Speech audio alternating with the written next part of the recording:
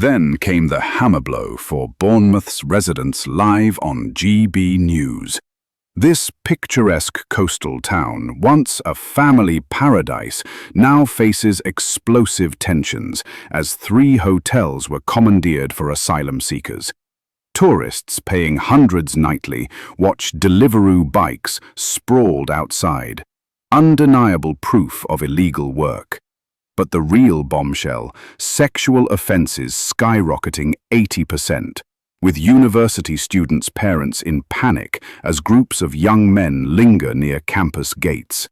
Witness the raw moment presenters dissect cultural clashes and government failures, culminating in a fiery ID cards debate that left even veterans stunned. Watch the clip.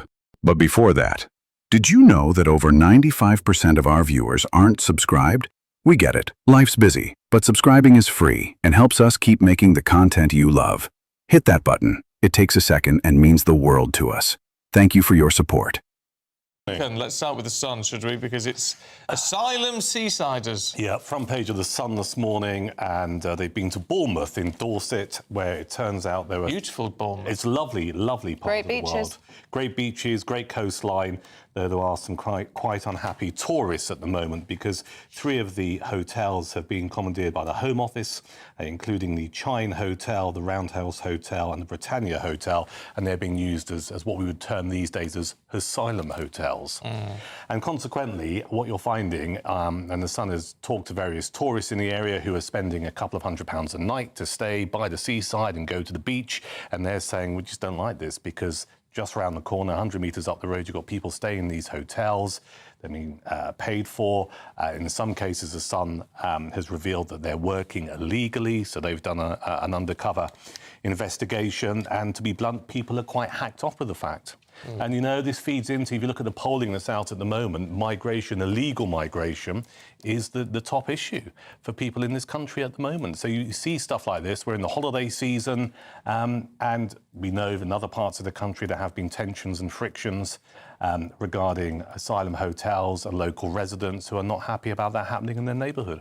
Well, I have to say, I was in Bournemouth in June, and we've been to Bournemouth for many, many years. We used to take our kids there when they were young, and I've seen Bournemouth kind of deteriorate quite a lot over the past few years for various reasons. I think seaside towns with migrant populations anyway, because when you've got transient populations, because you've got all those rooms, and then a lot of people do kind of move in and out of it.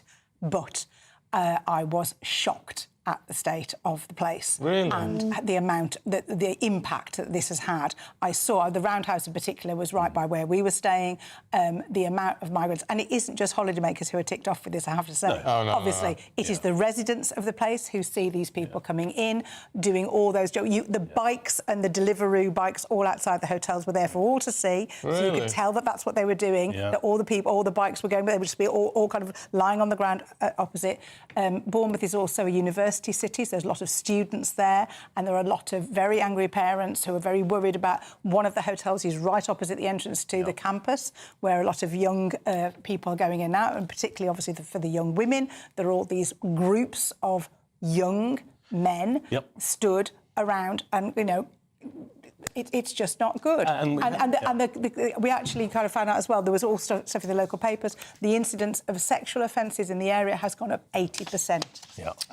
You see, the challenge with this is, and in many cases, as you rightly point out, Susan, it is undocumented young men staying in these hotels, and they come from cultures where the rights of women are pretty low down the pecking order, you know, and it's well, there aren't any. Well, I'm trying to be polite. I won't be polite. There aren't any, you know. So when you put people who come from those cultures into our country, where we do things in a different and, to be blunt, a better way, it's of concern to people, and rightly so. And also, this Sun report reveals, and just picking up on the illegal working, you know, the government said, oh, we're talking to various companies like Just Eat and Deliveroo to tighten up their procedures. Well, clearly, it's not working, because there are pictures here of people, you know, with those bicycles delivering food and stuff, who are staying at these... I was saying to Chris Philp from the Tories yesterday, our ID cards now going to be a necessary evil? I know a lot of people don't like the idea, but I just wonder what impact it would have.